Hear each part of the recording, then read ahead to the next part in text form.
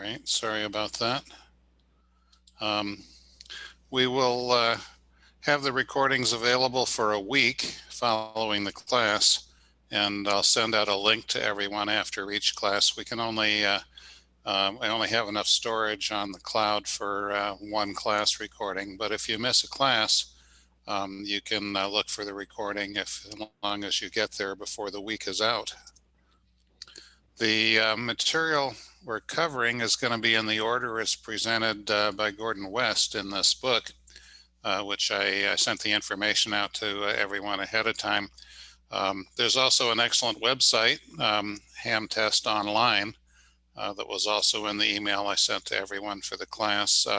We recommend you get at least one of these guides.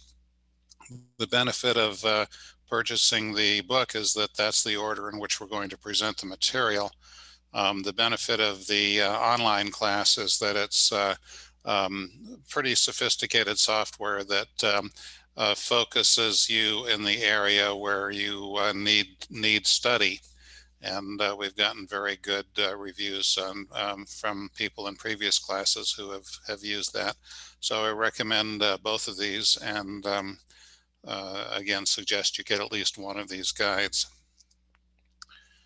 This is not a ham cram class. We're not just teaching to the test.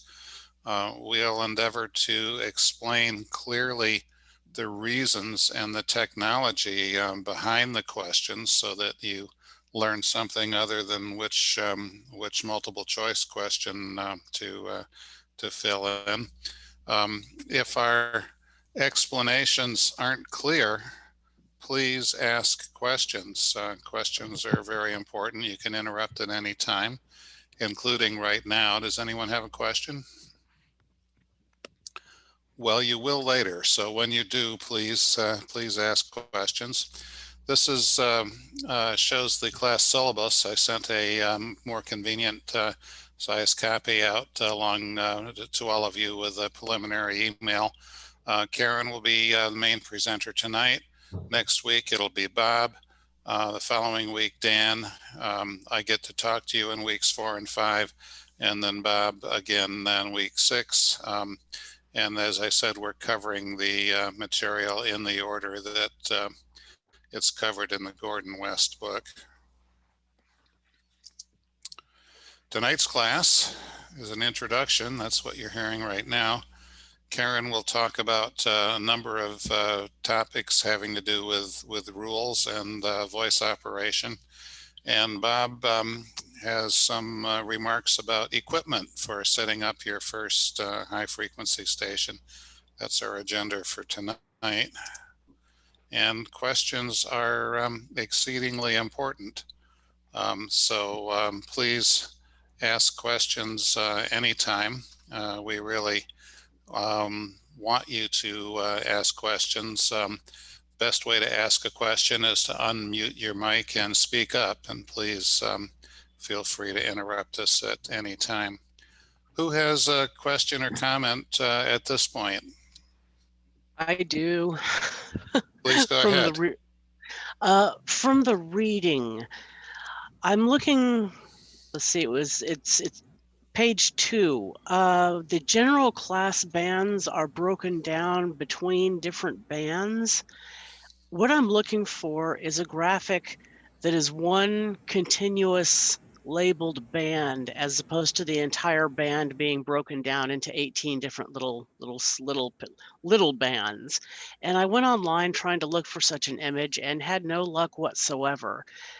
Does such a thing exist? And if so, what search words do I put into my search engine? Oh, probably. I can probably find something for you. You would like a single picture of the radio spectrum covering frequencies from low to high, so you can see where the ham bands fit in with other stuff like police and fire and AM broadcast and like that? Is that what you're looking for?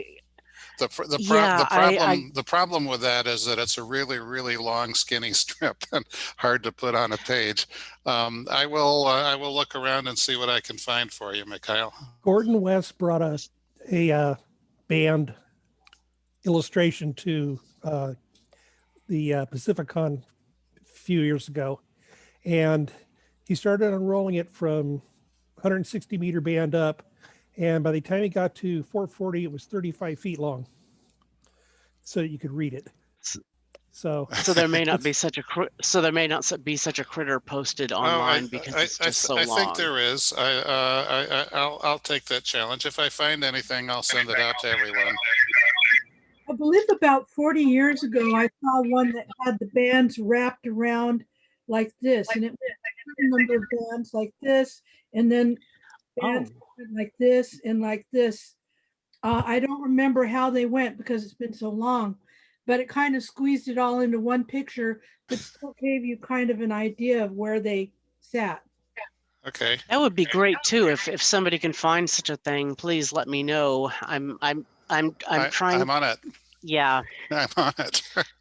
Okay, good question. Any other questions before we start? A spiral. Okay. Maybe I can make one. Anyone else have a question? Karen, you're with us. I know that. Take it away whenever you're ready. Okay. Hi everyone. I'm Karen. Kilo Mike 6, Sierra Victor.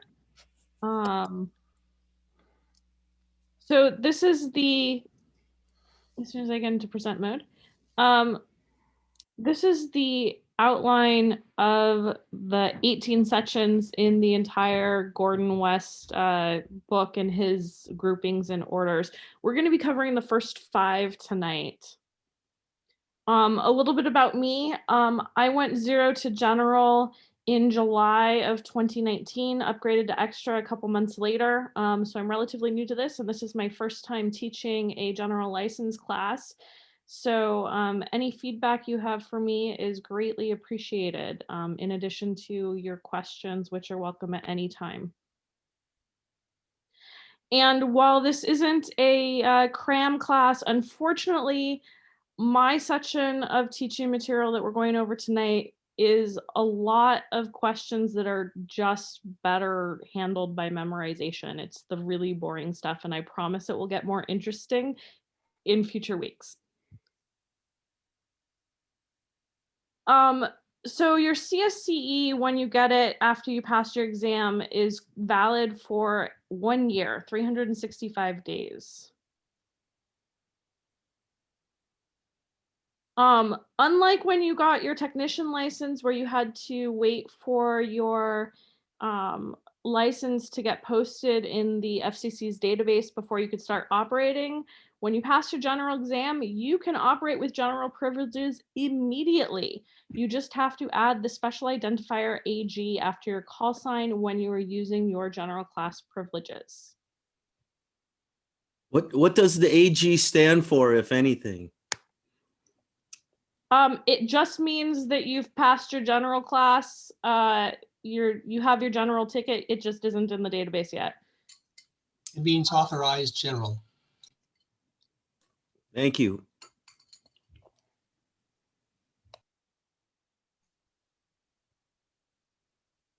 And once you get your general ticket, you also, if it ever expires and you pass the 2-year grace period, you don't have to retake the general in order to get your general class privileges back. You get credit for the element 3, and you only have to pass the element 2 in order to get your license back at the general level.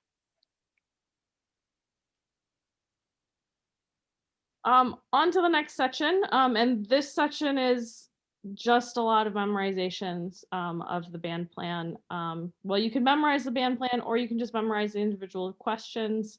Probably less memorization to memorize the individual questions. Please do remember as we go through this section that you can convert between wavelength and frequency to get an estimate that'll help you narrow down some of the questions from four answers to 2 if you're struggling with remembering what the right answer is, to get you within the right band at least. So a general class license holder gets all frequency privileges on 6 bands: 160 meters, 60 meters, 30 meters, 17 meters, 12 meters, and 10 meters. On some of the other bands, there are extra class segments that you get with your extra license, but on these 6 bands, you get all frequency privileges.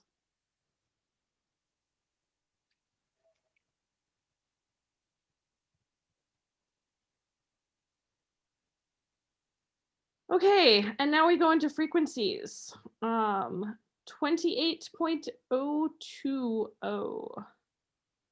28.350 megahertz, 28.550 megahertz are available to you when you hold a general class license in the 10-meter band.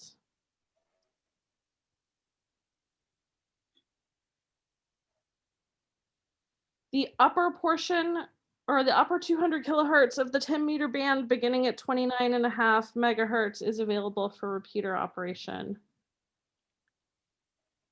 Does anybody know of any 10-meter repeaters? I've never actually used one.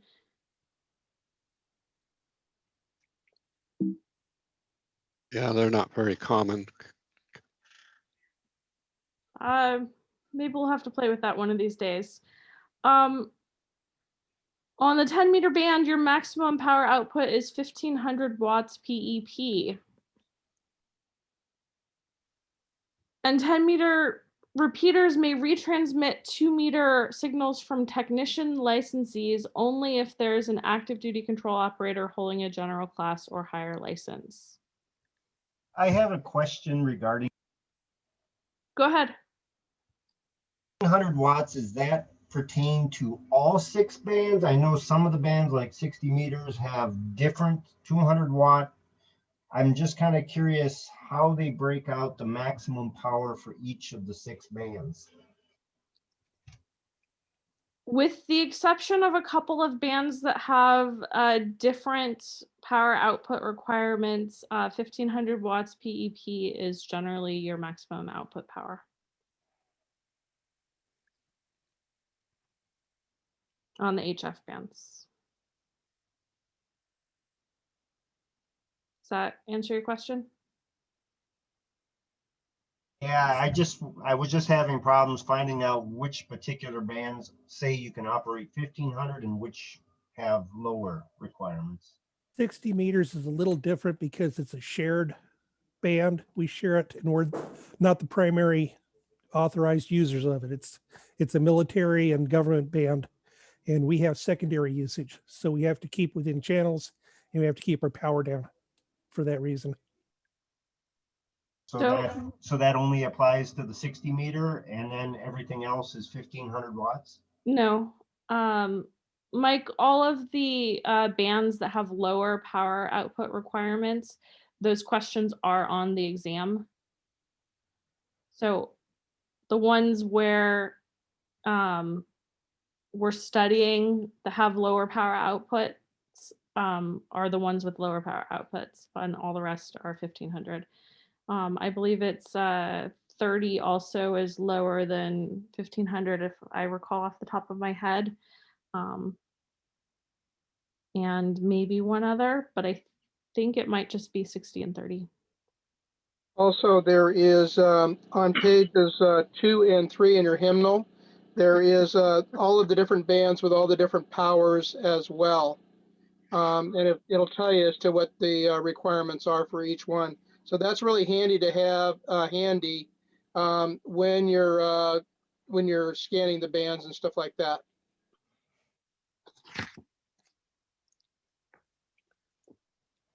Thank you, Bob. I have a question about this technicians being able to operate or retransmit. Could somebody illustrate that in real action? Because I'm really kind of vague on what that means to be able to retransmit while a general class person is, quote, on active duty. This is talking about a crossband repeater from 2 meters to 10 meters. Mm-hmm. So that means if a technician transmits on 2 meters and your repeater picks it up, the repeater can only retransmit that signal on 10 meters if there's an active duty control operator with a general class or higher license. I see. So it actually puts it on a different frequency then, Yes. rather than just, okay. Okay, I got it. Thank you. Great question. Another question that's like that. Would it be the same if you had an Echolink node and now you're working into a 10-meter repeater? If your 10-meter repeater was connected to an Echolink node? Yes, right. So it's on the other side. So, you know, talk to the Echo through the Echolink node. It goes to the repeater, and then the repeater retransmits that on the 10-meter band. It's often done in the higher. Yes. That is an excellent question. I do not have the answer off the top of my head. I will have to check my Part 97 to see what the actual FCC regulation is about that. But my guess is that yes, you would not be able to retransmit a signal coming from a technician operator coming in through Echolink unless you have an active duty general class control operator. Probably why you wouldn't see such a thing is that it'd be very difficult to assure, you know, for the repeater owner to assure that the everybody using it was legal. There is a equivalent in radio broadcasting wherein I don't know if it's true anymore, but it used to be a third class license holder would be permitted to talk on the air if there was a first class license holder in the building. So it might be the same kind of situation. Interesting. Thank you, Allison. Any more questions before we continue on? Okay, nothing heard.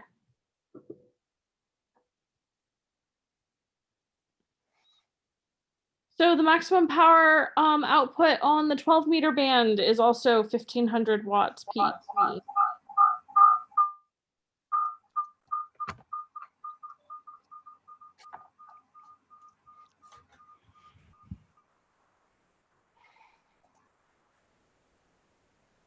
And here's all that memorization of which frequencies are in which bands. The 21,300 kilohertz frequency is within the general class portion of the 15-meter phone band. And for the 20-meter, was that a question? Yeah, Karen, if everybody can go ahead and mute their microphones so that we're not getting any echo, that would be great. Go ahead, Karen. Okay, thanks, Bob. On the 20-meter phone band, it's 14,305 kilohertz that you're looking for.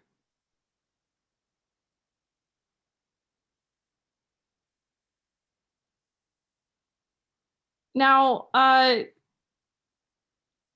we've talked about what legal power limit being in general 1500 watts PEP, but the actual power output limitation on all bands is the minimum power necessary to carry out the desired communications.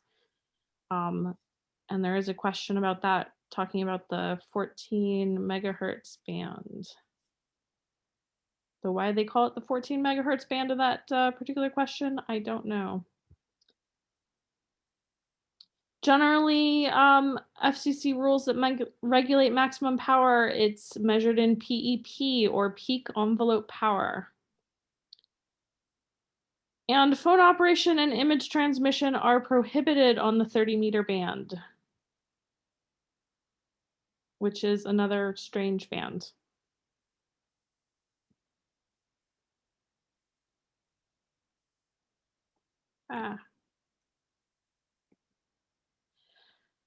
Okay, on the 30-meter band, which includes 10.140 megahertz, your maximum power is 200 watts PEP.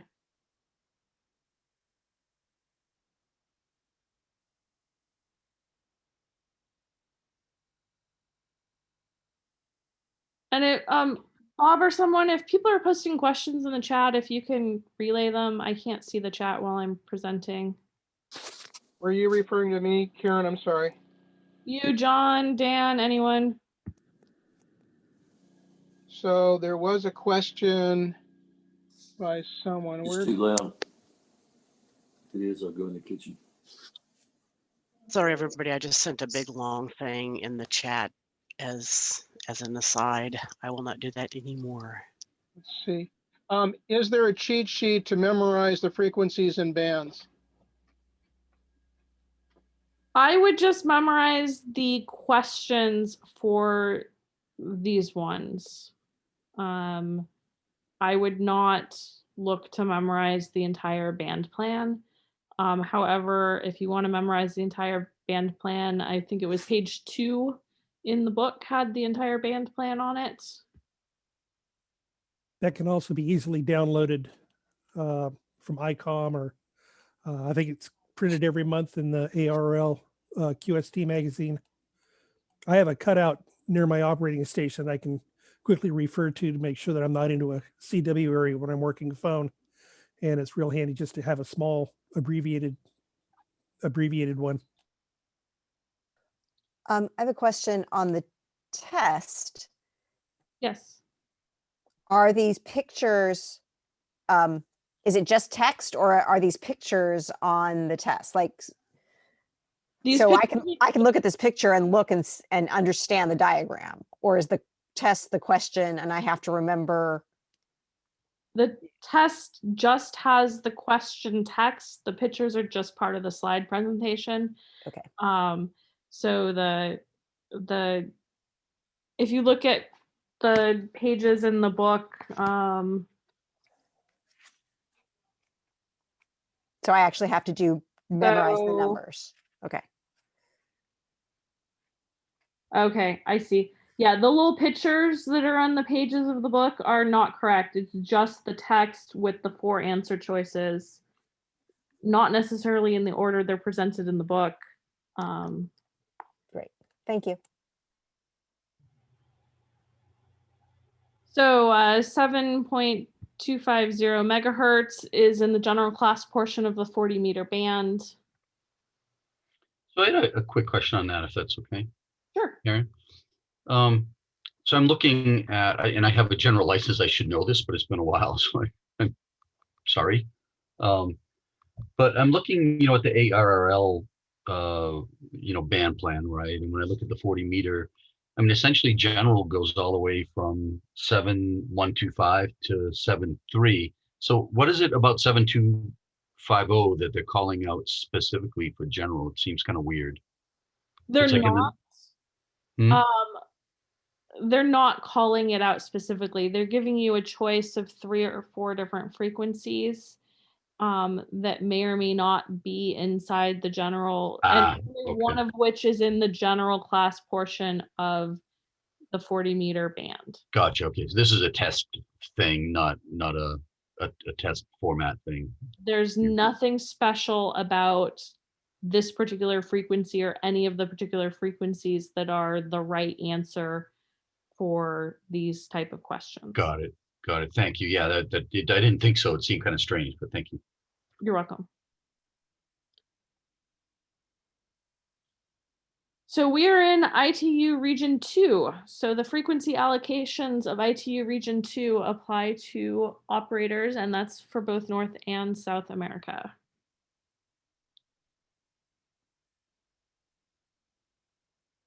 Outside of ITU Region 2, frequency allocations may differ from what we have.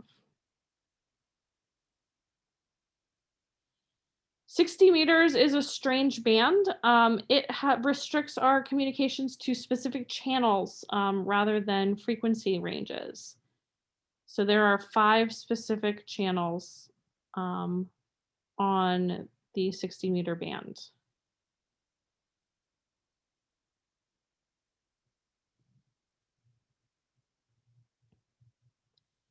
2.8 kilohertz is the maximum bandwidth permitted by FCC rules for amateur radio stations transmitting on upper sideband frequencies in the 60 meter band. and only upper sideband is permitted. 60 meters is even stranger when it comes to power output. The power output maximum power limit is an effective radiated power of 100 watts PEP with respect to a dipole. So that limit is effective radiated power, not transmitter power. So it's strange compared to our other power limitations. Do you know any of the reasoning behind that? I mean, I have my guesses, but has anybody written why that's so strange? It's because we're secondary on the 60 meter band. There's a primary user. Yeah, but a little more explanation than that. Are there any articles to be pointed to or anything, stating, the Navy uses this, or this keeps us from talking over, emergency services or whatever? I'm just curious about why specifically these particular rules. I don't know. That's a great question. I can look for something. It probably was done in order, my guess, and this is just a guess, is that it was done in order to alleviate some concerns of the primary users on the band. 60 meters is a relatively new band for us. So when that was being given, but I might be completely wrong. Something on Wikipedia that there were conflicts with some other regions of the world.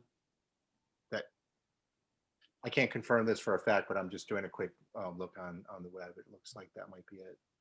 Thank you. ARRL should have something buried in its pages somewhere. Maybe I'll take a look, Allison, and I'll try to get something to you. So FCC rules also require that records be kept of the gain of your antenna on the 60 meter band if your antenna is anything other than a dipole, so that we can make sure we are complying with the effective radiated power. I don't know why I'm having so much trouble saying that tonight. Limit. If you're on the 30 meter or 60 meter bands where we are secondary users, if a station in the primary service interferes with your contact, you must move to a clear frequency. You may, or stop transmitting completely. You may not interfere with them. We do not have priority use. And we must also not provide harmful interference to primary users on these bands.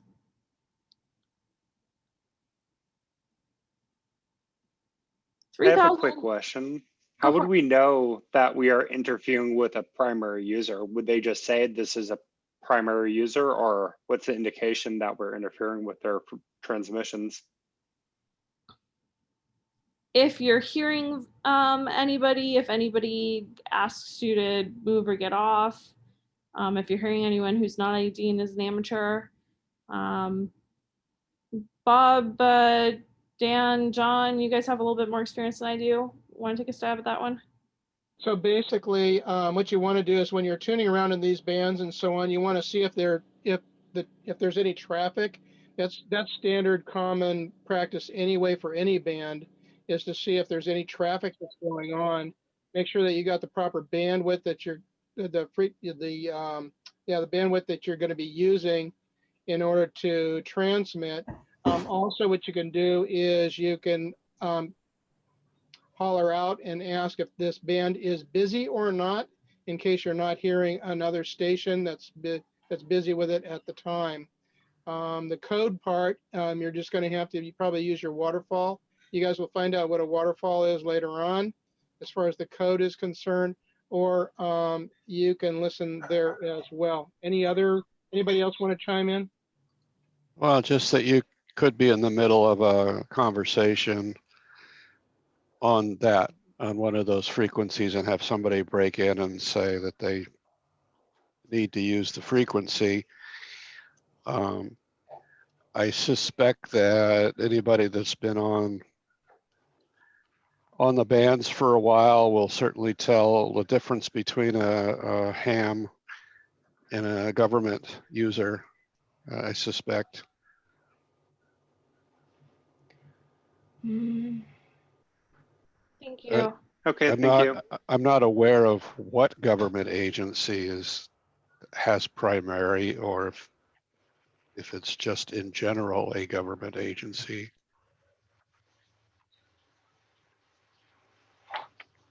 I think 60 meters may be Mars frequencies.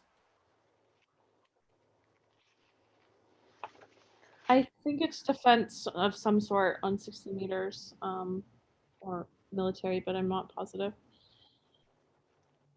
Usually military isn't good about sharing. Any other questions?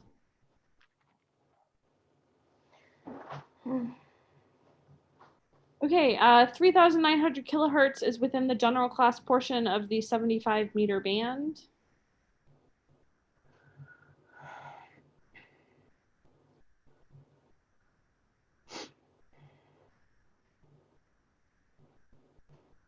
So generally on the 75 and 80 meter band, phone operation is usually called 75 meters, and CW operation is generally called 80 meters. Just so that you are aware of the terminology.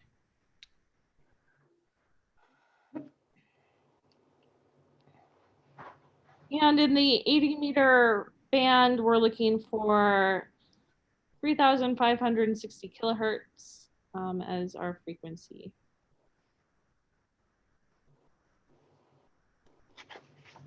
And maximum power on the 160 meter band or 1.8 megahertz band is 1,500 watts. And as we said before, it's 1,500 watts on all bands except for 60 meters and 30 meters.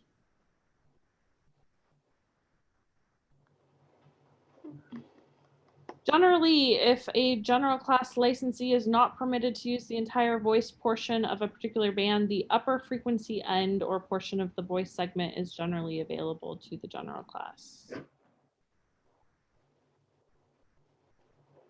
Yeah.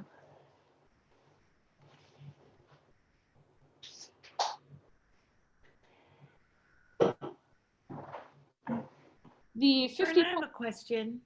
Go ahead. It's the terminology voice and phone. Are they the same? They are the same. Voice and phone are interchangeable. Thank you. Any more questions?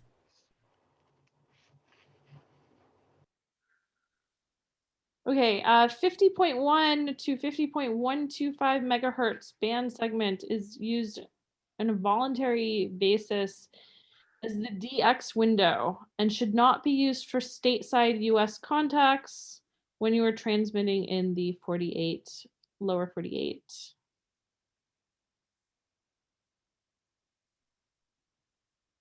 Everybody is aware that DX stands for long distance. I hope. If not, you are now. Next, the most exciting portion of any exam, the FCC rules section.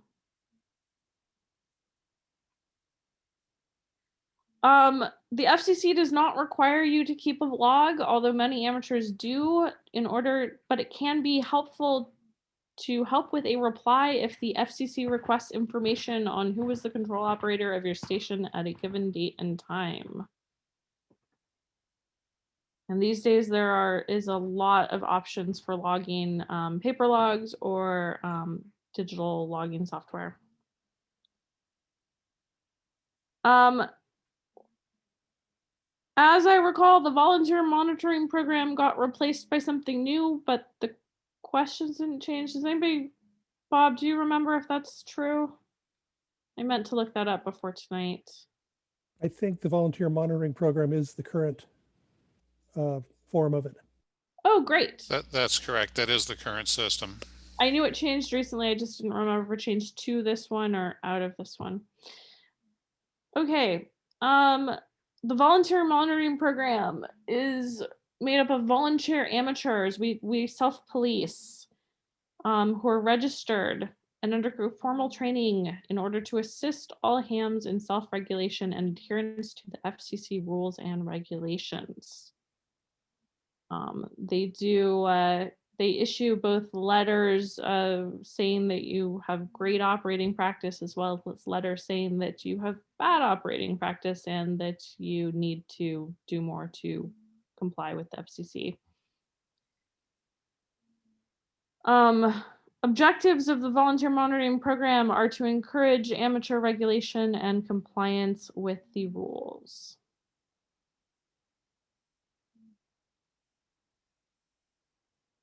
Oh, sorry.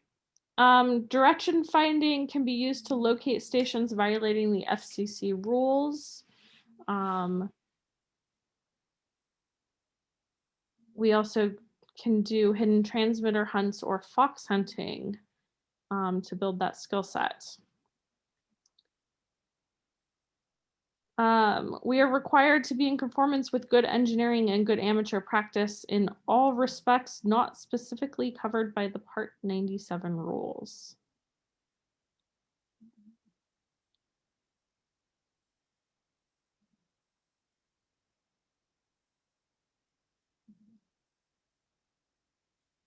So amateur service communications have to be reasonably accommodated by state and local governments when they are regulating our antenna structures. And those regulations must constitute the minimum practical to accommodate a legitimate purpose of the state or local entity. That being said, the FAA does have a legitimate purpose as well in regulating us, and the maximum height that we are allowed to erect our antenna structures above ground without requiring notification to the FAA and registration with the FCC is 200 feet unless you are at or near a public use airport.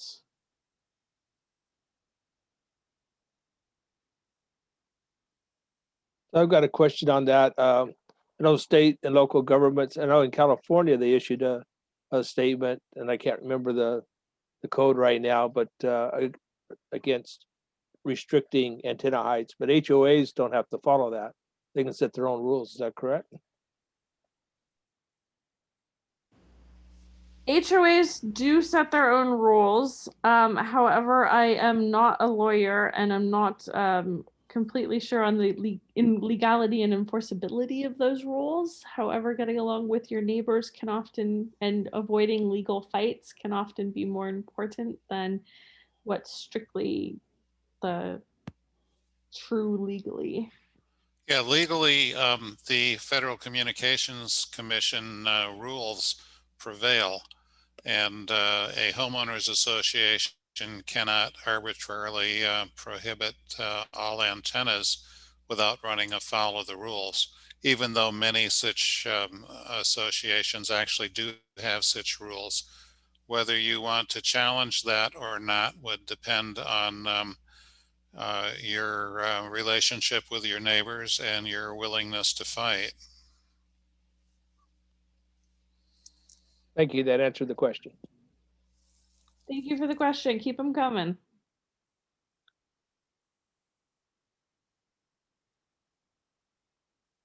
So, in compliance with good amateur practice, when you are choosing a transmitter frequency, you need to ensure that the selected frequency is within your license class privileges, follow generally accepted band plans agreed to by the amateur radio community, and before transmitting, listen to avoid interfering with ongoing communication.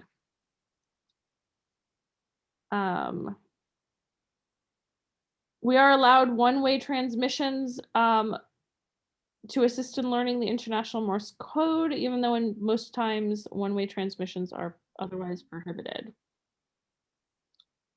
And we can use abbreviations or procedural signals if they do not obscure the meaning of a message.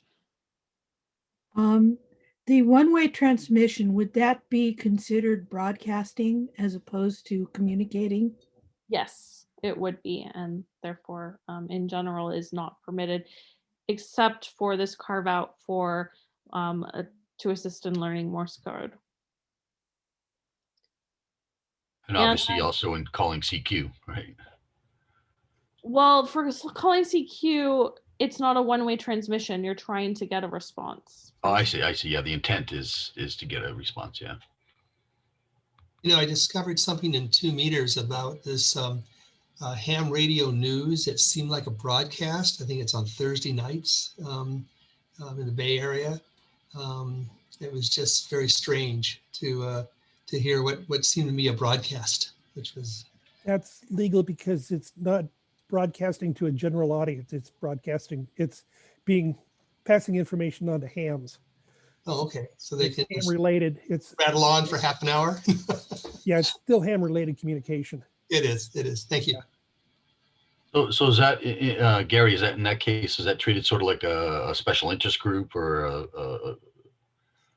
It's more, well, it's actually a QST. It's an announcement that's made once a week at a general, repeaters that put it on do it at a generally the same time every week. I see. And, so like, yeah.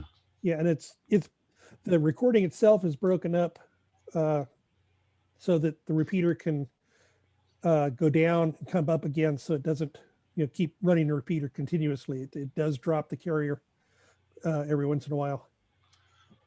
Got it. Thank you.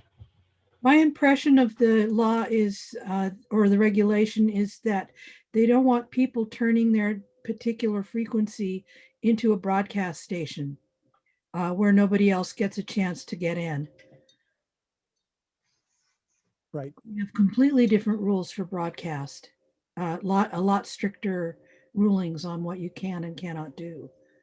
And you have to have basically a broadcast license, even or an antenna license to have an antenna that will broadcast. So they're trying to make the borderline, the line between broadcasting and communicating very clear. Thank you. More questions? Okay, for those of you who just recently got your technician licenses, some of these questions are going to sound a little bit familiar. There is a decent amount of overlap. The general Part 97 rules are still the general Part 97 rules. And so some of the questions are very similar.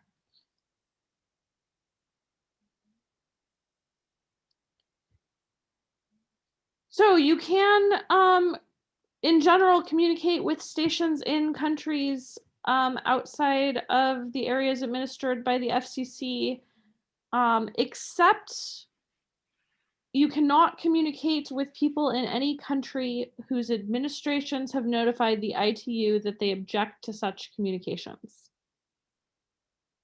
That list is very short. I'm not actually sure there's any countries on it right now, but North Korea. North Korea is still on it? Okay. Yep.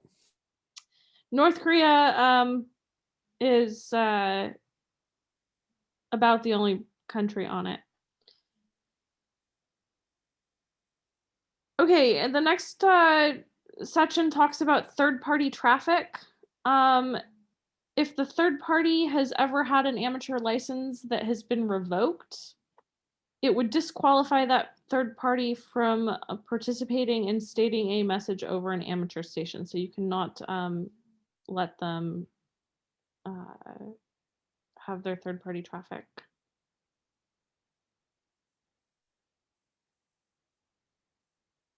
If you are transmitting for a third party in another country, you may only transmit messages relating to amateur radio or remarks of a personal character or messages relating to emergencies or disaster relief.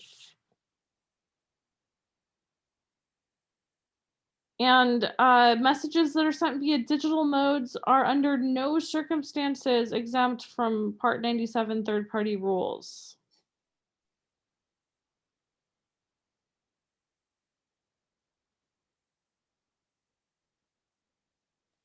And next, we're going to take a break from listening to me talk about the most boring parts of this exam. And we're going to hear from Bob Fike, who's going to talk to us about our first HF station. Hello, everybody. Let's see if I can do this right. I usually do. Let's see.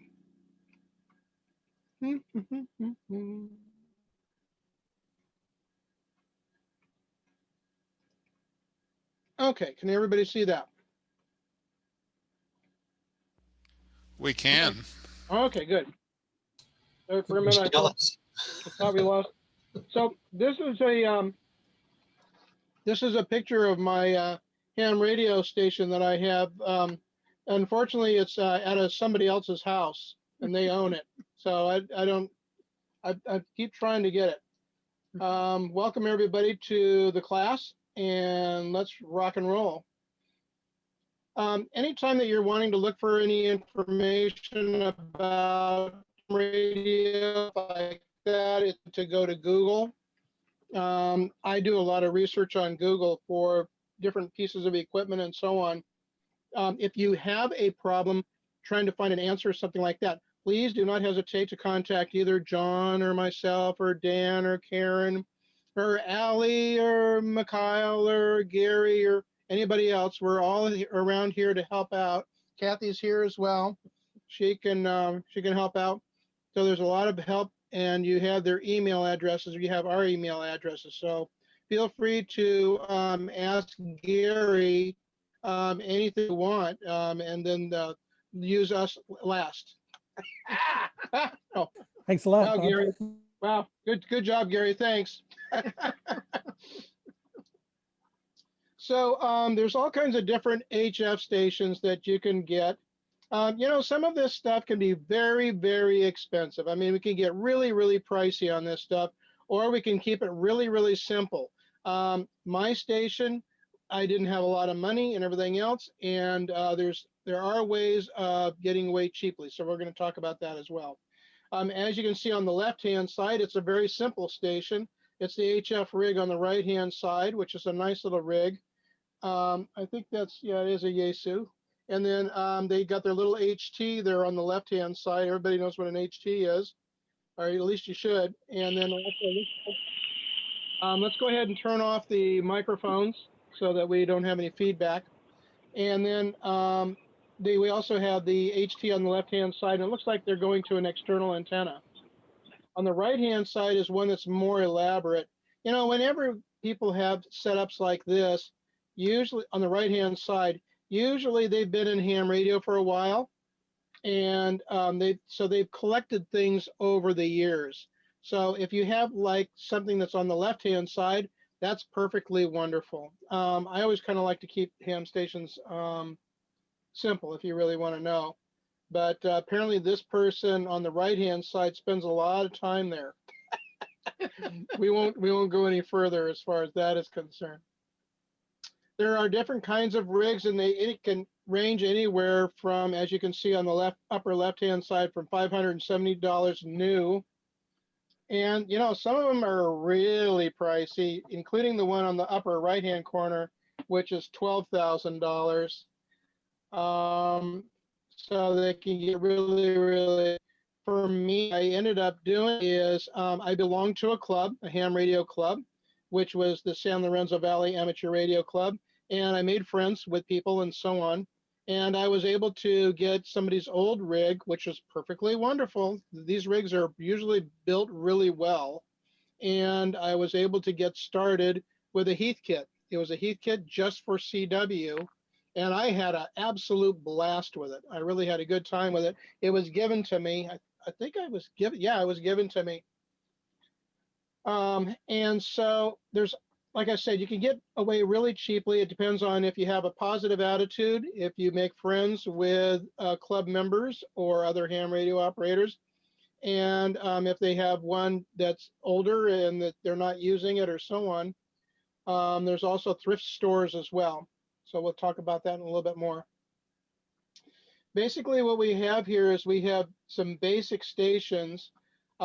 Usually we have the microphone, Everybody knows that. And then we have the transceiver, which is right here.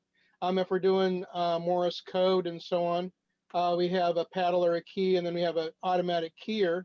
We can go further into that later on as well. We have the power supply. For me, I don't really have a power supply that plugs into the AC.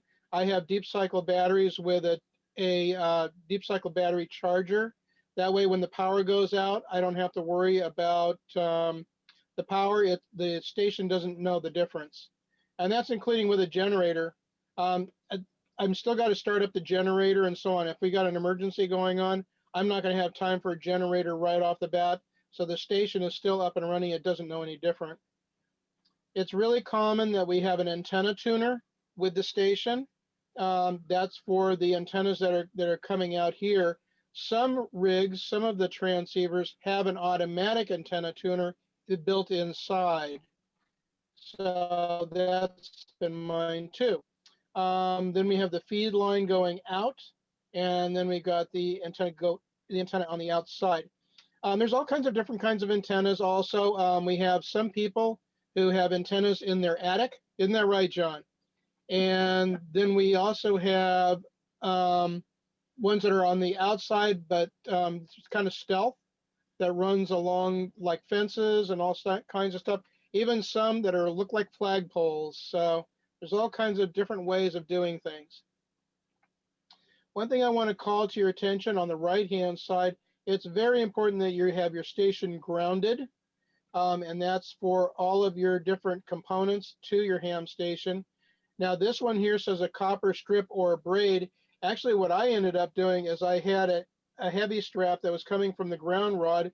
It was coming in here. And what I ended up using is a copper pipe, a 1/4 inch copper, just a standard copper pipe, and pipe clamps. And that's what I did. I set up what was referred to as a bus bar, which goes all the way across the back end. And that's how I did my ground. Any questions so far? I have one. Go ahead. How deep below ground surface should a ground rod be buried? So usually ground rods, you'll buy the ground rod and it actually has the length already cut for you, and you can get it at a hardware store or whatever. If I recall correctly, it's 6 foot. Okay. It could be either 8. They can be. I think they're either 6 or 8 foot. What happened to me though is that I could not get that deep if I wanted to in this rock that I have in the house.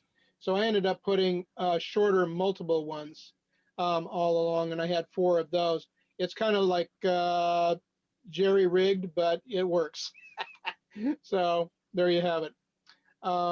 Any other questions? You can also, there's also a ground rod, by the way, that's usually on the outside of the house. That's used for other utilities and stuff like that. That can be used as well. There's all kinds of different creative ways of doing that. So we had talked about the antenna tuner. There are antenna tuners made by MFJ, which we refer to so lovingly as Mighty Fine Junk. The quality of it is not as good as some other things, but they work.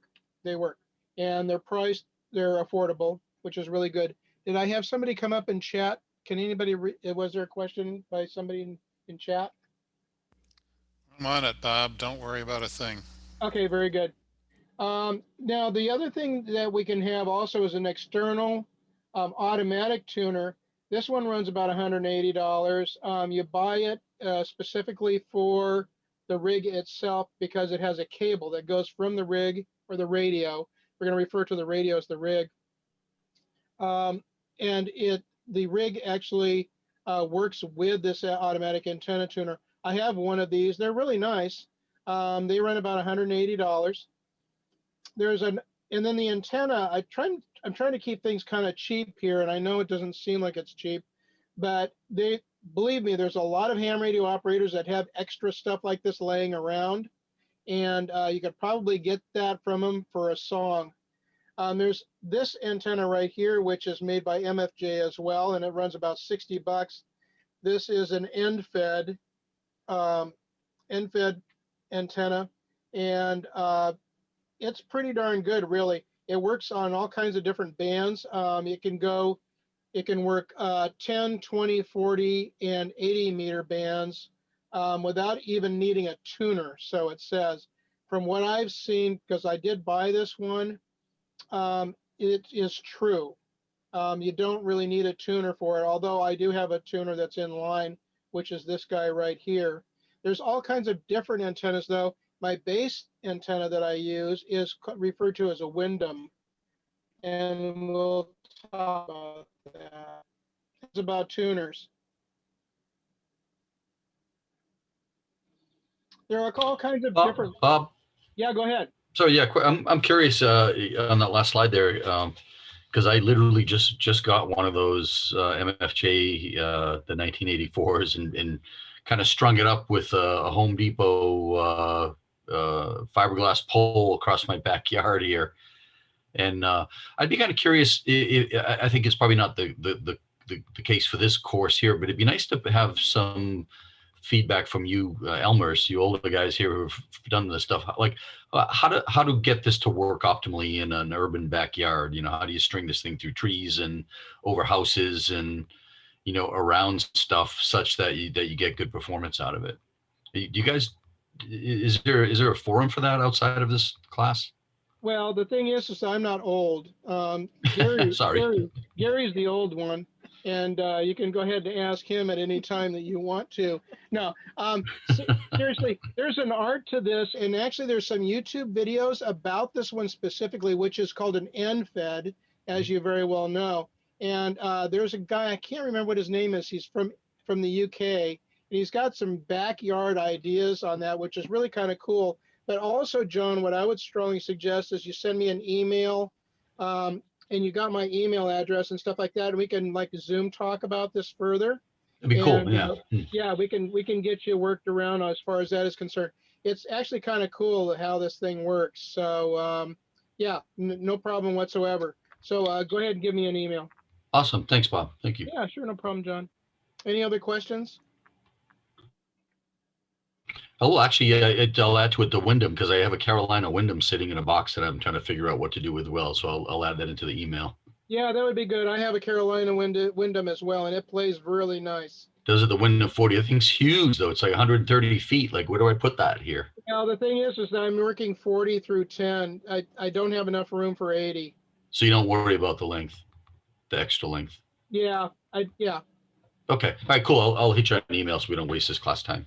Thanks. Yep, there you go. We're good. Yeah, I'm glad you asked, though. That's a good question. Any other questions? All kinds of that people do with ham radio. This one looks, on the left-hand side here, looks really clean. I really like this setup here. It's got the HF rig here, and then also it's got the 2 meter and the 70 centimeter rig. Actually, this one here is a quad band, is what this one is. It does 10, what was it? It was I think it was 610, 2 meters and 70 centimeters. I've got one of these in my car. You would think that I would know that, right? And this is a nice little rig. It was made by Yaesu. It's been discontinued, so you can't buy that one anymore. Oh, and let's see here. But they make other rigs as well. So there you have it. There's the person also that has one on a bicycle. Probably going to be QRP. QRP stands for low power transmissions and so on. And so this one's probably QRP, but you never know. So these are different kinds of mobile stations. If you're on a bicycle, yep, we're mobile.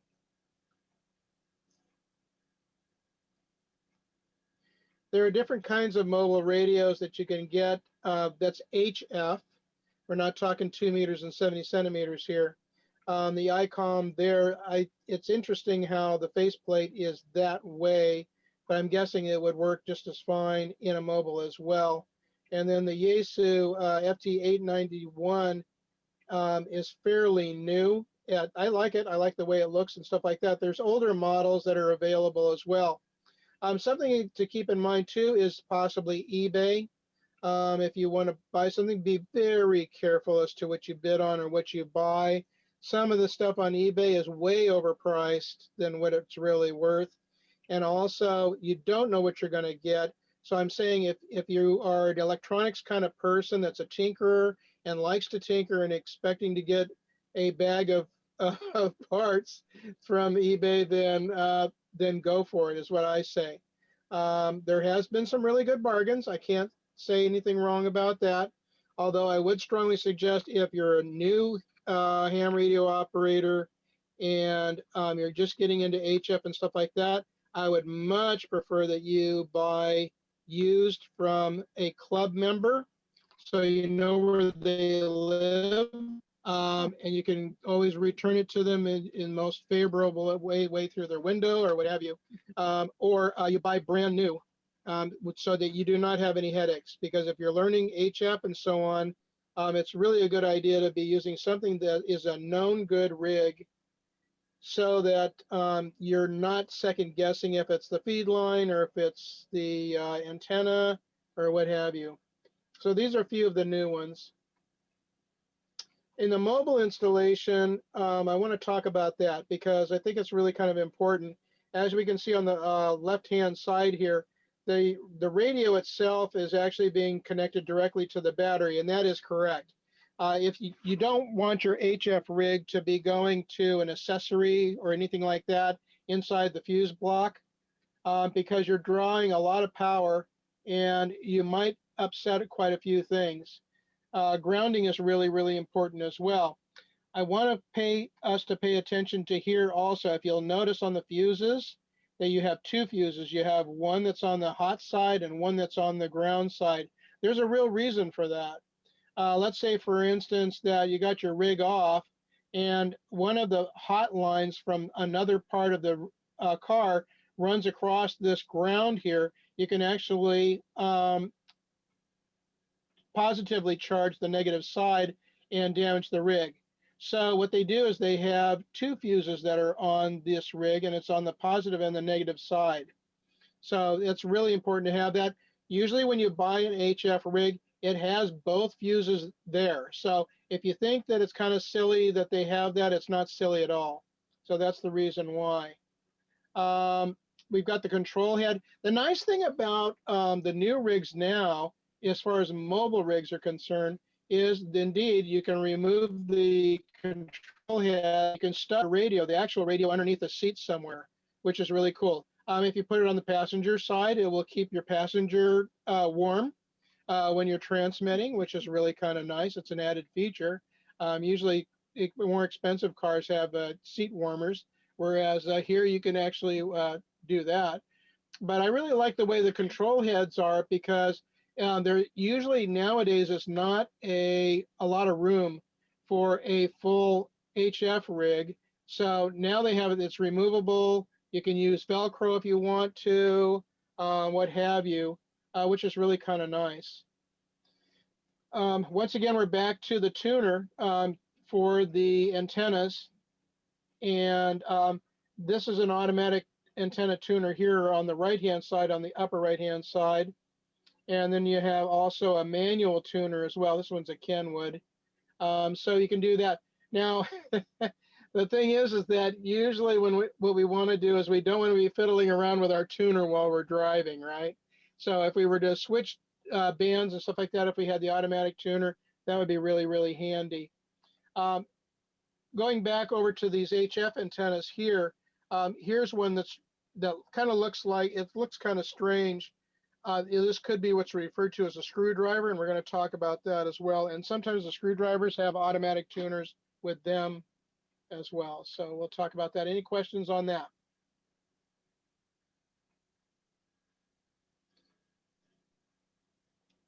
There are different kinds of antennas, and there's different kinds of mounts. This one has a hatch mount right here. It's what I use on the back of my car. This is not my car, by the way. I can't afford such a thing. And then this guy does really, really well. This is what's referred to as a screwdriver, which is what he's got mounted to the back of his pickup truck here. And it looks like he's doing solar. He's got his battery. It looks like he's got a 2-meter antenna here. Looks like he's got another 2-meter or some type of other antenna there as well. So this is referred to as a screwdriver. there's different kinds of portables. These portable stations, they have portable rig can be portable. You need deep cycle bat to go with your portable station. Let me hope that you guys can still hear me. Am I still good on audio? You dropped out for a good part of that last statement. Okay. Okay. So thank you, Gary, for letting me know. So these are different portable stations. And as you can see, we can be out in the field or we can be in the backyard or what have you. The only problem with this is that you don't see the big generator that's back behind the camera. I'm just kidding. You can use a deep cycle battery or what have you in order to run your station. This is a lot of fun doing the portable stuff. With Aries Amateur Radio Emergency Services, we concentrate on being portable. We do have our mobile rigs and we also have our base stations as well, but having a portable station is important as well. Question on antennas. Yeah, go ahead, John. So when you have, like, you show the picture of the car with a bunch of antennas on it, you know, when you have, and I've seen, you know, some really crazy ones, right, with like dozens of antenna. What do they, if you're doing, well, let's say you're only receiving, if you're transmitting, obviously they're all going to get hit, right? But if you're receiving only, do the other antennas in such close proximity, do they interfere at all with the one you're receiving on? Like, do they end up sort of re-radiating fields around them in such close, like in the near field, or? Yeah, it does. There is some effect that we have. If we were ever to consider looking at a Yagi antenna where we got a director and a reflector and so on, we can kind of think about it as that as well. If we've got like a 2 meter in front of an HF antenna. So the general rule of thumb, if I recall correctly, is we're wanting to like a half wave separation or even a full wave separation. Although if you were to look at my RB, it's not that way. So I'm cramming all kinds of antennas on the RB, and we're going to take a look at that here pretty soon. So yes, they do interact with each other. Yep. Interesting. Yep, they sure do. Any other questions? Okay. Something that's really a lot of fun, it's dirt cheap, which is really cool too, and they come in kits, is what's referred to as QRP, and we just touched about that not too long ago, which is low power. These can be anywhere from like 100 milliwatts to 1 watt to 5 watts. This here on the is a PIX. It has very little filtering whatsoever, but it gets everybody started. It runs about $30 and it's a kit. And I believe this is a 1 watt transmitter, if I recall correctly. Am I right on that one, Gary? Do you remember? I think it's more like 100 milliwatts. Is it 100? Okay, it's 100 milliwatts. That's the Pixie, right? Yeah, the Pixie. Yeah, it's 100 milliwatts. Okay. So the 100 milliwatts. Now, the nice thing about these QRP rigs, though, is that you don't need a lot of battery power.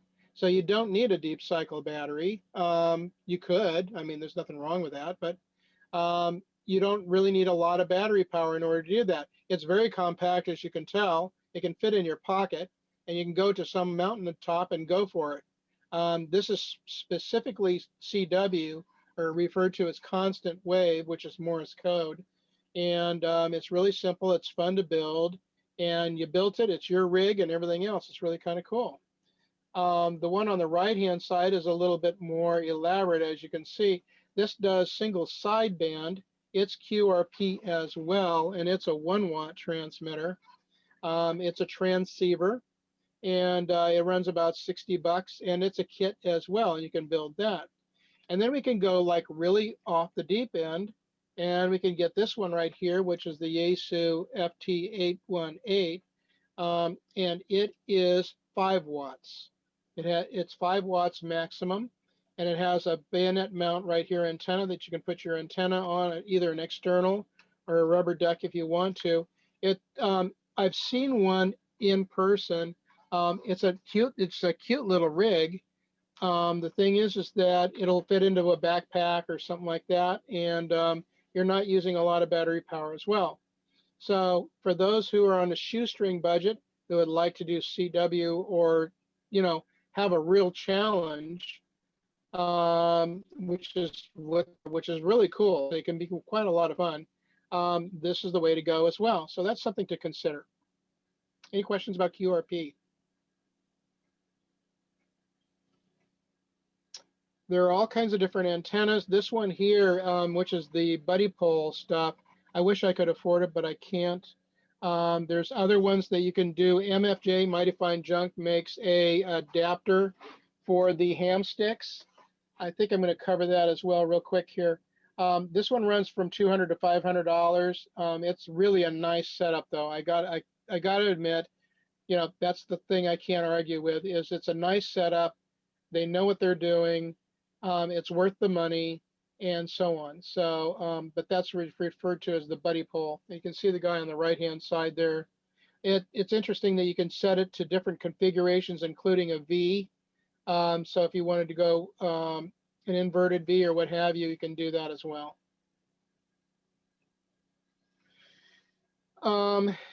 Let's see, what else was I going to talk about? Oh yeah, the MFJ one. I think the you can use the ham sticks from MFJ.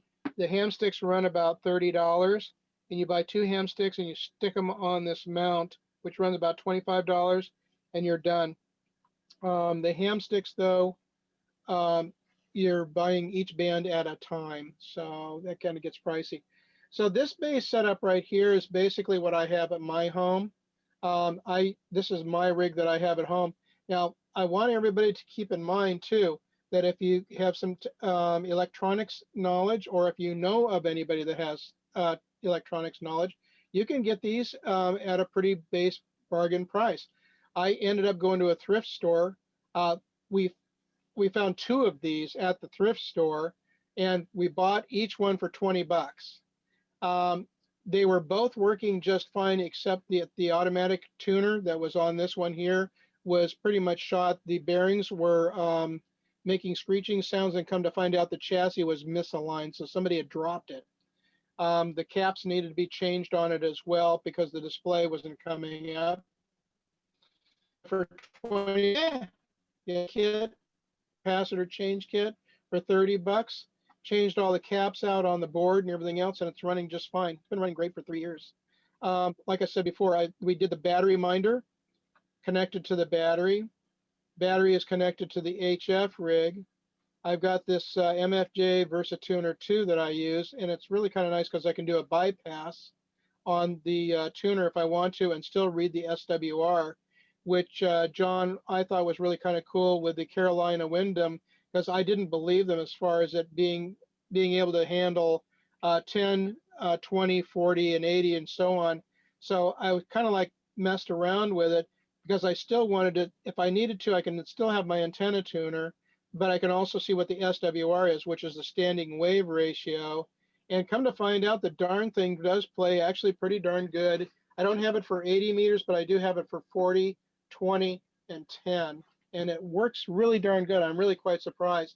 Part of it is the choke right here, which becomes part of the antenna. So some of it is vertically polarized as well. Any questions on the base setup? What was the model of the base station again? The base station here is a Kenwood TS850S. TS850S is what that one is. There are other models. You know, the 3 main models that you want, that I'm familiar with and most people are familiar with, is Kenwood, Yaesu, and ICOM. I'm not saying that the other brands aren't any good or anything like that. I'm just saying these are the mainstays that everybody knows that have been around since forever. Any other questions? Now this model that you see right here, the Kenwood, it's no longer in production. So if you can buy used, that's fine, but make sure you buy from a reputable dealer or somebody who you know, so that you can back at them. There's something that I want to share with all of you, which is this guy right here. It's a music stand light clip. My station runs all on 12 volts DC. What I do is I have my 12 volts. I have a cigarette lighter plug that I plug a USB cable into it. So I'm dropping down from 12 volts down to 5 volts.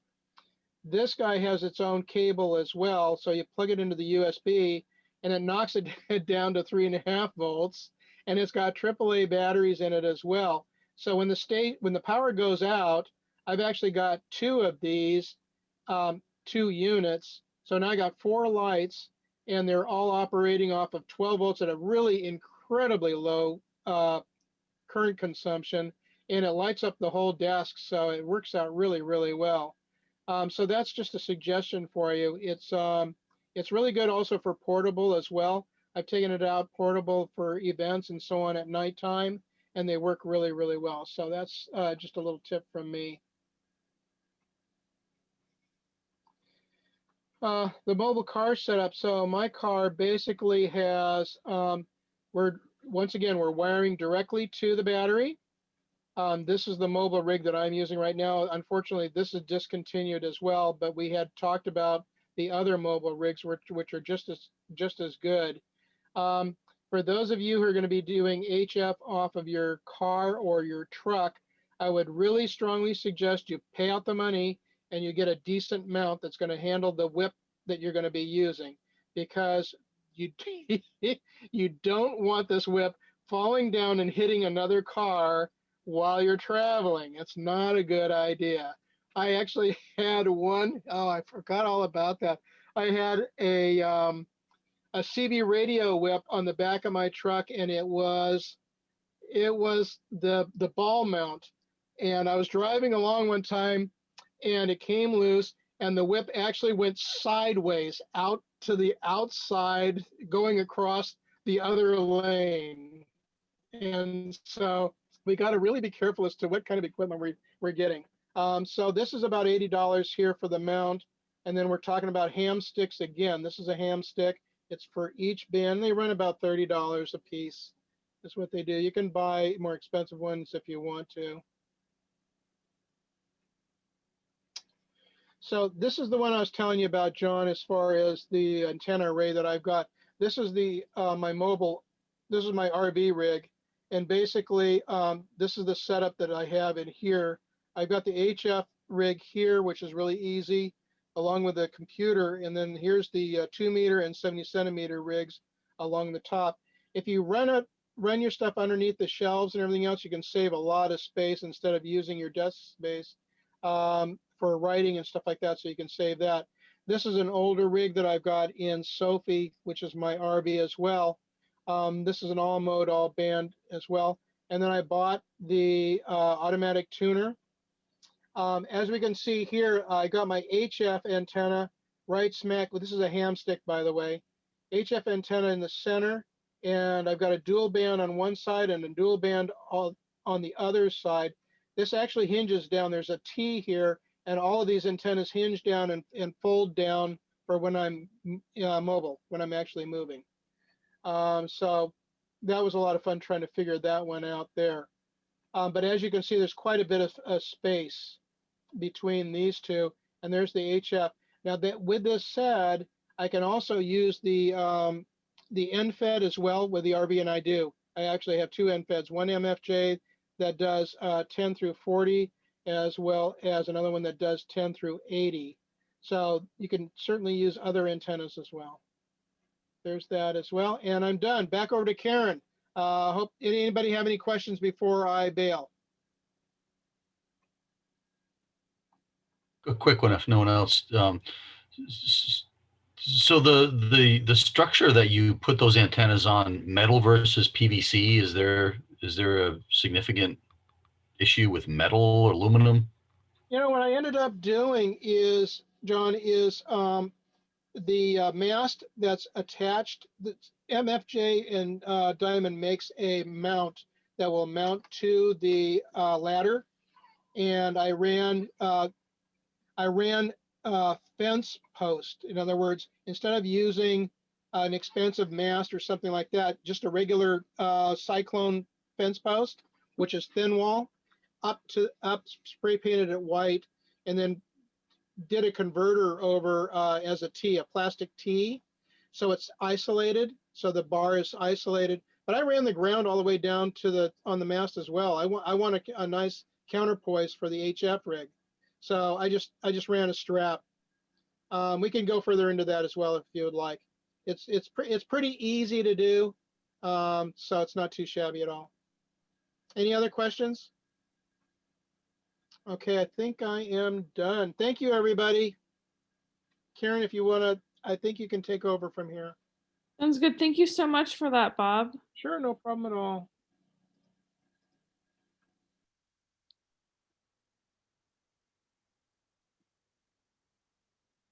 Okay, one of the things that we can do when we get our general license is we can be a VE, we can be a volunteer examiner. So a accredited volunteer examiner holding a general class operator license may only administer the technician examination. In order to administer the technician class operator license examination, you need to have an FCC general class or higher license and VEC accreditation. Volunteer examiners are accredited by a volunteer examiner coordinator or a VEC. While a volunteer examiner coordinator sounds like a person, that is actually the organization that I believe there are 14 current volunteer examiner coordinators authorized by the FCC, and those are the organizations that can accredit volunteer examiners. In order to administer a technician class operator examination, you need at least 3 VEC accredited general class or higher VEs. And for a non-citizen to be an accredited volunteer examiner, the person must hold a U.S. amateur radio license of general class or above. Same criteria as for a U.S. citizen. And while we have no age limit to be a general class license holder, you do need to be 18 years old minimum to be a VE.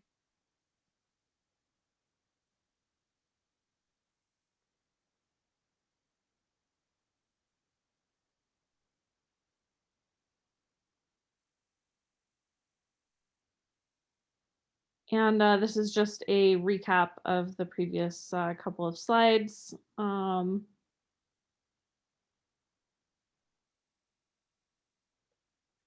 So in case anyone is curious about a little bit more detail, a general class license holder who's a VE can administer the technician exam. An advanced class VE can administer the technician or the general license exams, and an amateur extra can administer all of the exams.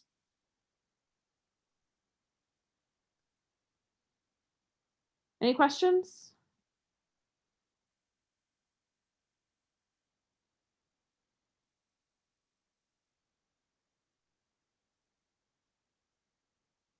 So a practical way to avoid harmful interference when selecting a frequency to call CW or to call CQ on CW or phone is to send QRL on CW followed by your call sign, or on phone to ask if the frequency is in use followed by your call sign.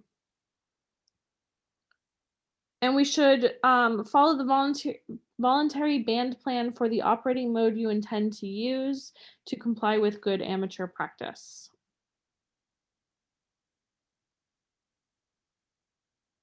No amateur station has priority access to any frequency except during emergencies, but common courtesy should be a guide. And the recommended way to break into a conversation when using phone is to say your call sign once during a break between transmissions from the other stations.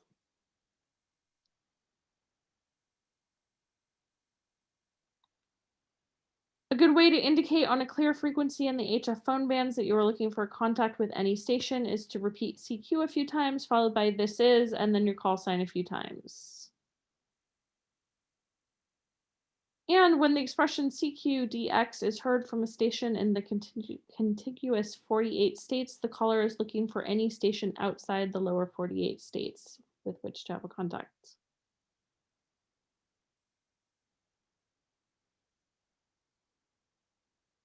When you are participating in a contest, you still need to identify your stations per the normal FCC regulations. And split mode on your transceiver refers to having a different transmit and receive frequencies.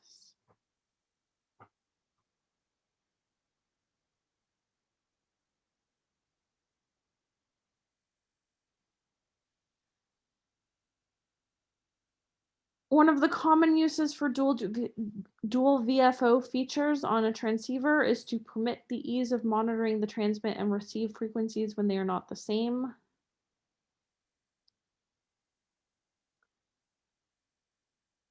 And if you start noticing increasing interference from other activity on the same frequency while you're in the middle of a contact, attempt to resolve the interference problem with the other station in a mutually acceptable manner.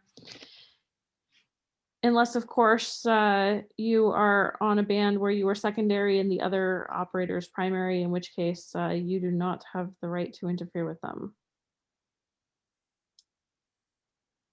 The customary minimum frequency separation between single sideband signals under normal conditions is approximately 3 kilohertz.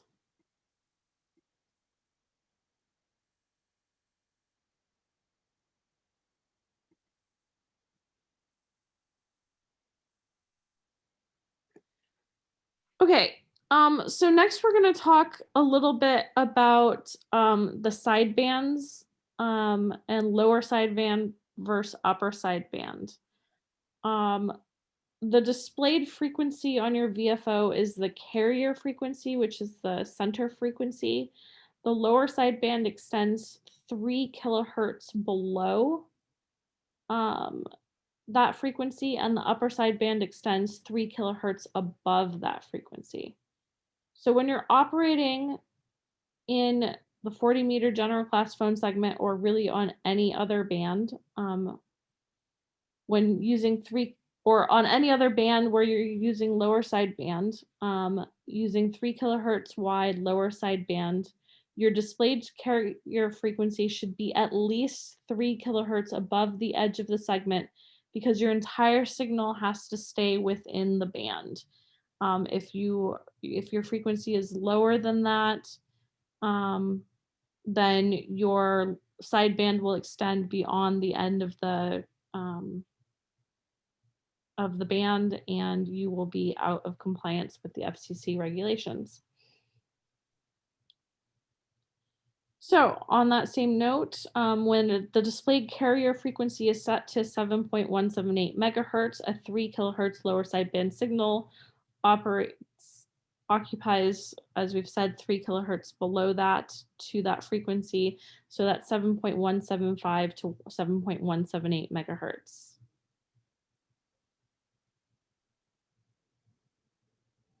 Any questions on that?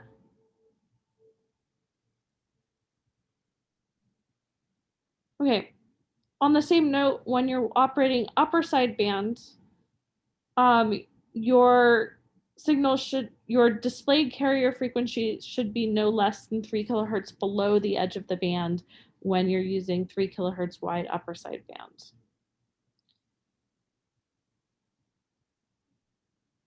So if you're at 14.347 megahertz, a 3 kilohertz upper sideband signal occupies 14.347 to 14.350 megahertz.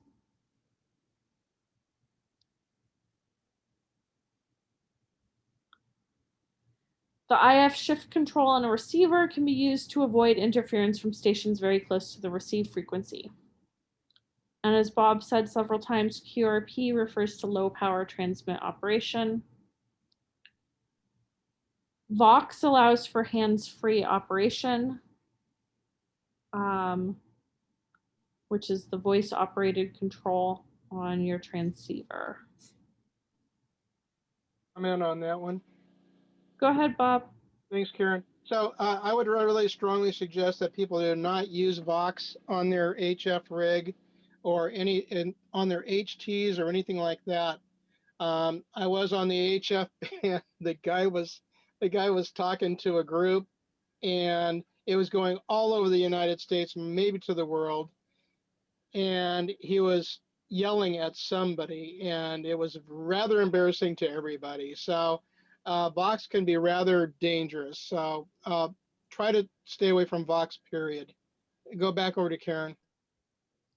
Thanks, Bob. That's a great reminder for all of us. And if you do use Vox, be very, very careful with it, please. Any more comments or questions?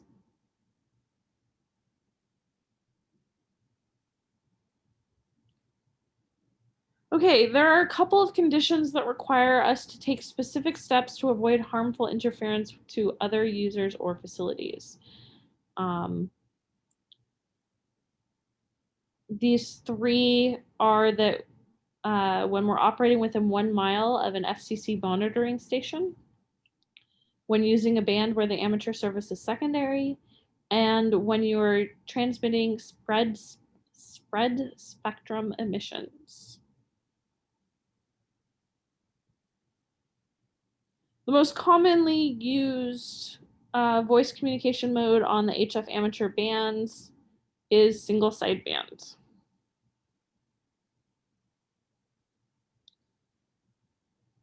Because only one sideband is transmitted, less bandwidth is used and higher power efficiency is obtained. And those are some advantages of using single sideband. So I got a question. That says that some transmissions use the full bandwidth as opposed just to one of the sidebands. But most of the radios I see are single sideband only. So yes, there must not be a whole lot going on there. There's not as much activity, but there are people who do use AM. And there is some FM activity as well on 10 meters. Very good, thank you. You're welcome.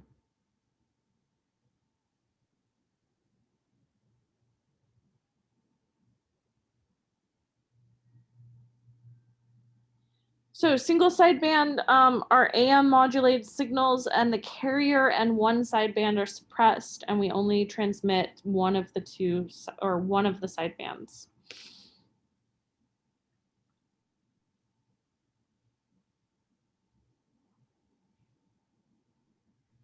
So upper sideband is most commonly used for voice communications on the 17 and 12 meter bands. Upper sideband is most commonly used for voice communications on frequencies of 14 megahertz or higher. And if you are on the wrong sideband, you will not be able to communicate properly with other people. I have a question. Is there any particular technical reason for this, or is it purely just gentleman's handshake kind of thing? For the most part, it is convention. There used to be technical reasons for why we used certain sidebands on certain bands. And that's why we still use those sidebands on those bands, with the exception of 60 meters, where I believe upper sideband is mandated by the FCC. Okay, thanks. You're welcome.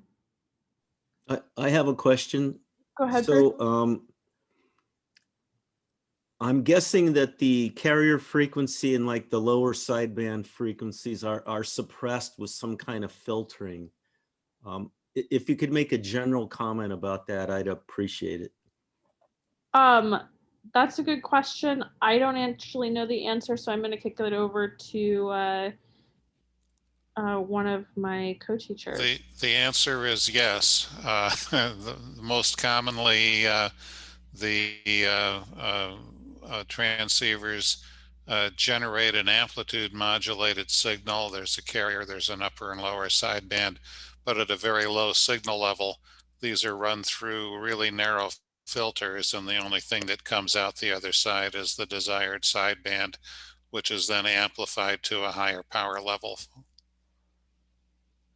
There are other ways to do it, but filtering is the most common way it's done. Thanks, that's helpful. Any more questions? Okay, upper sideband is most commonly used in the VHF and UHF bands.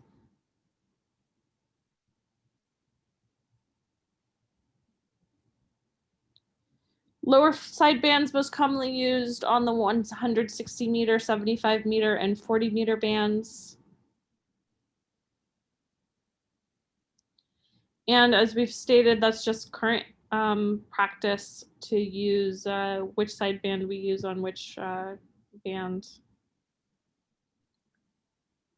Here's a handy dandy chart that shows which sideband we use on which band.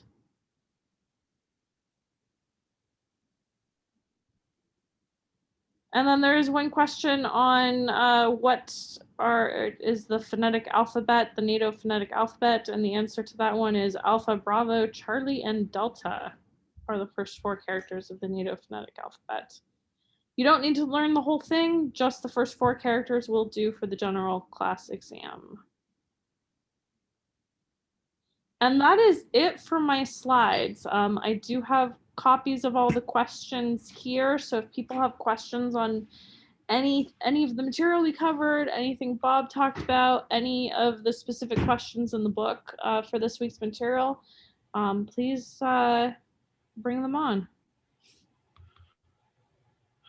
Can I ask, when you get to the 70 centimeter and the 2 meter bands, is it all FM? Is the mode only FM at that point? No, there is single sidebands. And SSB as well? Yeah. What is it common? I haven't used those bands at all, and I'm tempted now to get a radio to get into that area, but. On VHF and UHF, it's not super common to have single sidebands, but the people who do weak signal and longer distance work on those bands do use single sidebands. But otherwise, it's pretty much FM and voice comm. Yeah. And satellites. And satellites.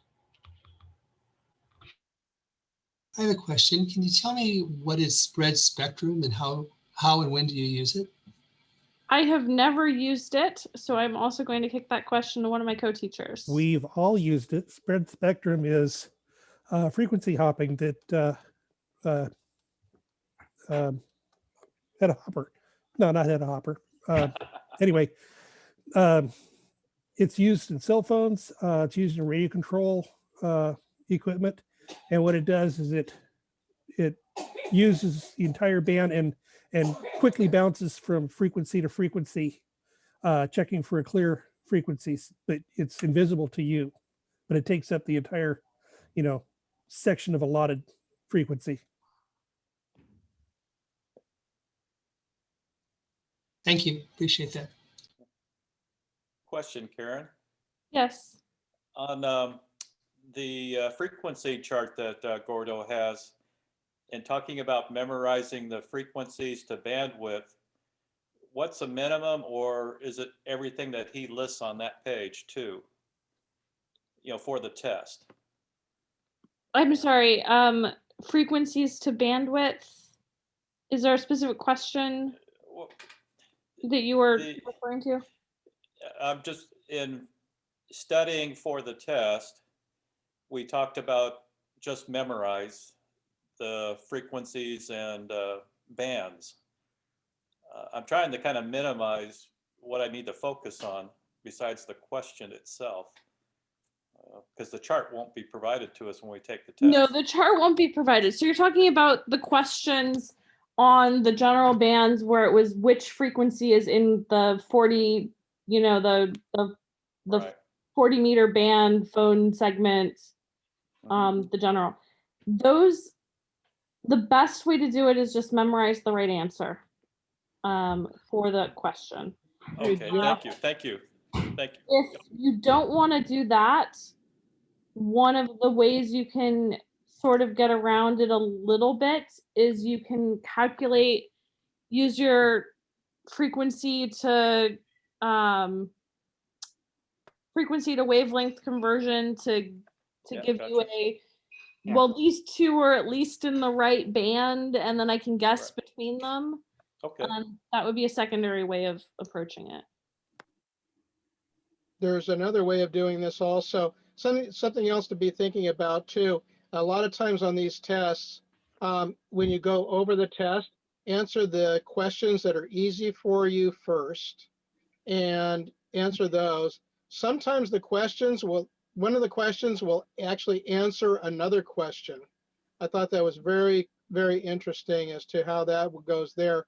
Also, I think I can check with Dan. I'm not sure if he's aware, if he knows or not, but basically that section right there, as far as frequencies are concerned, usually in the pool, it ends up in the test, maybe 1 or 2 questions out of the whole test. And so if you were to like, oh, you know what, I'll memorize as much as I can on the frequencies and stuff like that. But if I don't sweat it, and if I know I can ace the rest of it, then I'm not really worried about it, right? Because I'm only going to miss 1 or 2 questions. So what? I'm not perfect, you know? So Dan, can you remember as to how many questions are usually picked out of that section? No, I'm sorry, I don't. Okay. I was specifically looking for that because I hate memorizing stuff, and especially frequency, you know, 3 kilohertz, 30 kilohertz, this, that, half dozen or another, or whatever, you know. It's kind of like, I've got my chart in front of me as to where I'm supposed to be. So, you know, it's kind of like memorize as best you can, but I really wouldn't sweat it. I'd concentrate on the other fun stuff and let it go at that. I think that in practical purposes, even like Gary said, even the most experienced people don't rely on their memory to, you know, stay on your correct band. You know, some people have gotten their amateur extra license just so they don't have to worry about. You still have to, you know, make sure you're not, like Gary said, not in the CW portion, but it's one of those things that in practical purposes, you're always going to need a chart in front of you to make sure you stay inside your band limits.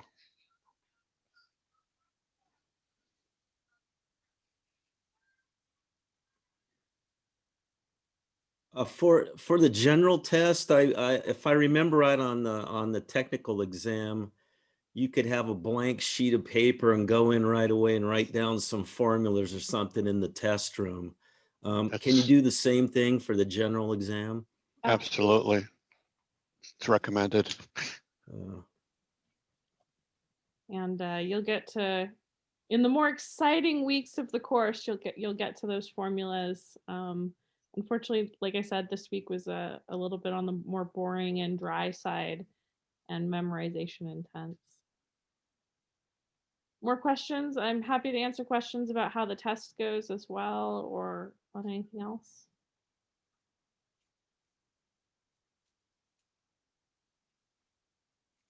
Does anybody have anything as far as rigs are concerned, or antennas, or anything like that so far? I have a quick question. Do you recommend a store locally that sells all these rigs, or do you have to go online? It used to be that we would have a store that was in Sunnyvale, which was Ham Radio Outlet. Unfortunately, they closed that one down. We referred to that so lovingly as the candy store. You could never walk out of that place. Consider yourself lucky actually not having to walk into the store, because you can lose a lot of money walking into that store.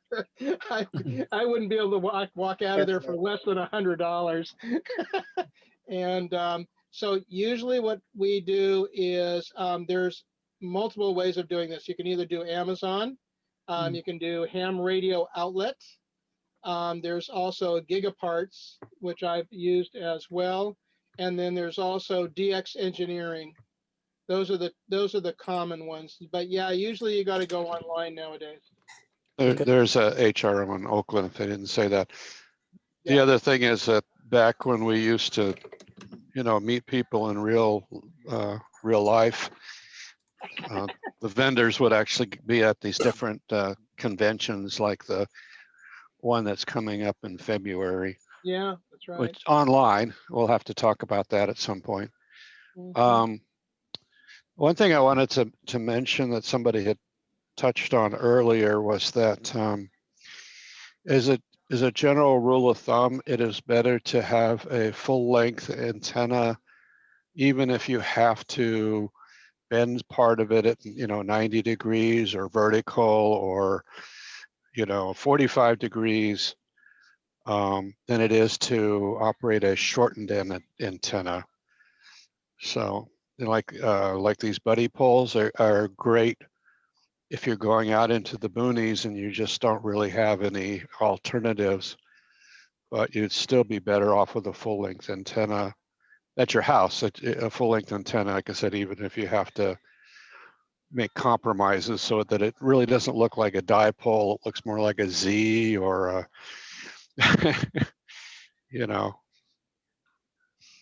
Yeah, the really nice antennas that are easy to pack up or move around or bend around, like Dan was talking about, which is what I was doing with the NFED as well as the Wyndham, is the wire antennas. It has a balun, which means balanced to unbalanced.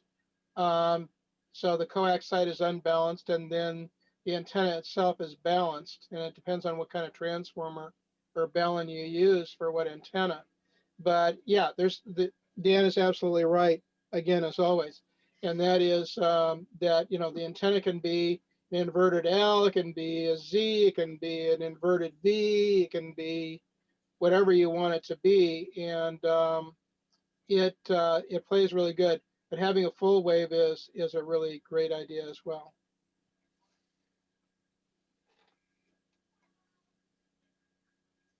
I can't believe there aren't more questions. Are you guys asleep out there? I'm awake. Yeah. Okay. I reserve my questions for when I'm actually able to buy the equipment. Okay. Otherwise, the question's going to be outdated after 2 years, right? Absolutely. Well, Bob, this and isn't the thing about time is that you're actually getting into this just at the right time. Yeah. Because have passed through the minimum sunspots, which is we're talking about next week, a couple of weeks from now. The sun completely controls how well our signal will bounce around the Earth. And so there's 28-year periods of maximum and minimum sunspots, typically. And so we're coming out of a minimum sunspot cycle. And so for the next 14 years, it'll be progressing to better and better HF operations. So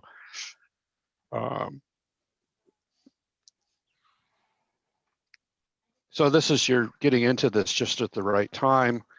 And in terms of if you were to set up a station today, you would not get the DX performance you will, going in as time goes on. Does anyone else have any comments or questions? Yeah, just a question for antennas. I live in a HOA that has an armed militia that looks for ham antennas on a regular basis. So I've been experimenting with a magnetic loop. Any thoughts on loops? I know they have power limitations, but John, go for it. I have a magnetic loop. It works really well. It's it's an aluminum hula hoop about 1 meter in diameter with some tuning gizmos associated with it. And the main issue with magnetic loops is they have very, very narrow bandwidth. So when you move to a different frequency, even if it's fairly adjacent, you have to retune the antenna. but it's a small antenna and you can get great performance from it. There are a couple different suppliers who are making these things now. If you build your own, there are some specific things you have to worry about, but it's possible to make your own magnetic loop antenna. I vote yes on magnetic loops. Do you have it on a rotator? Because I understand they actually are directional.